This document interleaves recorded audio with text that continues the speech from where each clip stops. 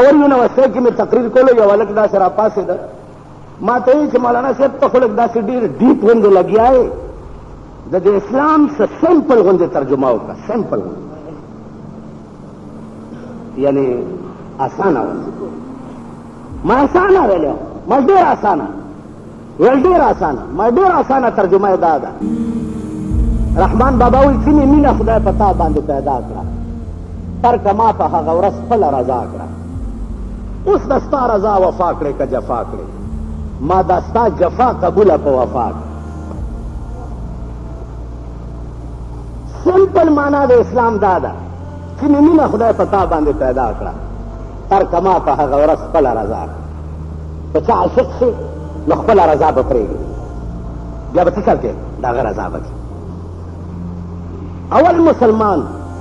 ابو بکر صدیق رضی اللہ تعالی عنہ اول مسلمان او صدیق ولا ولی ہوئی هغه د بزرگانو نه بیا تاسو کړو ابو بکر نه لوی مالدار په مکه کې څوک نه او چې عاشق شو اور سے قربان اور لنګ د شړې والے دیو کم سے کہ چشلیدلے نستن او تارم نشتا دا کیچر پازگی گندلے دے حکم و شد سے بھئی جہاد لسمال پکار دے عمر فاروق و صحابہ و منڈی کڑے چا نیم مال راوڑو چا سلورما چا پینزما ابو بکر چلارو کور کے جارو والا وارسے راوڑو پیغمبر تپوس کے تاسم راوڑو دمرا تاد عمر را پاس ویجی ما نیم راوڑے خیالی کڑے چا ابو بکر نہ بزل لگ مخکش ابو بکر تاسم راوڑا ادا سے غلے غندے ناس ابو بکر ورتوی پروانے کو چراغ ہے بلبل کو پھول بس صدیق کے لیے ہے خدا کا رسول بس دماشقی حکم بھی کہ مال راوڑا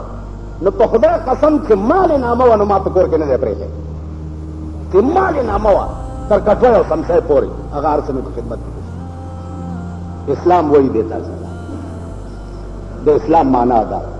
اب بیا خبره ده چې په پاکستان کې نن خدای دې ما په دې نه ګناهګارۍ خو د اسلام نه ادم مداریانو ډبډبې جوړ دی صاحبه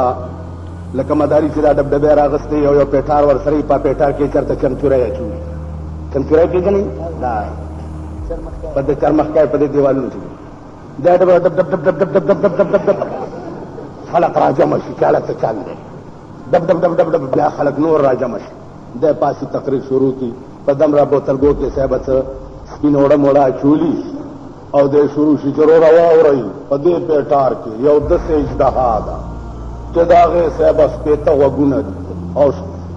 سلوي اختسترګي دي او دومره دي او داده غاونه دي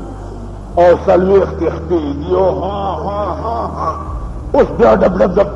خلک خیال کوي چې خدای اوس دا پیټار زرګري کې چې دې کې رښتیا دا چل دی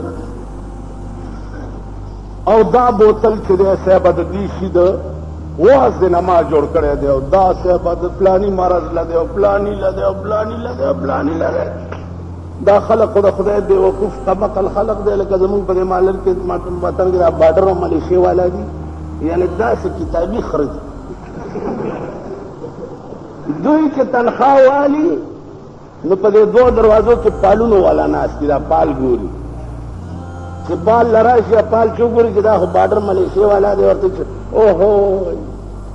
پال دې ډېر خراب وته نږدې ده چې ته به جمعدار شي دې پنځه پاوه په نور په کتاب کې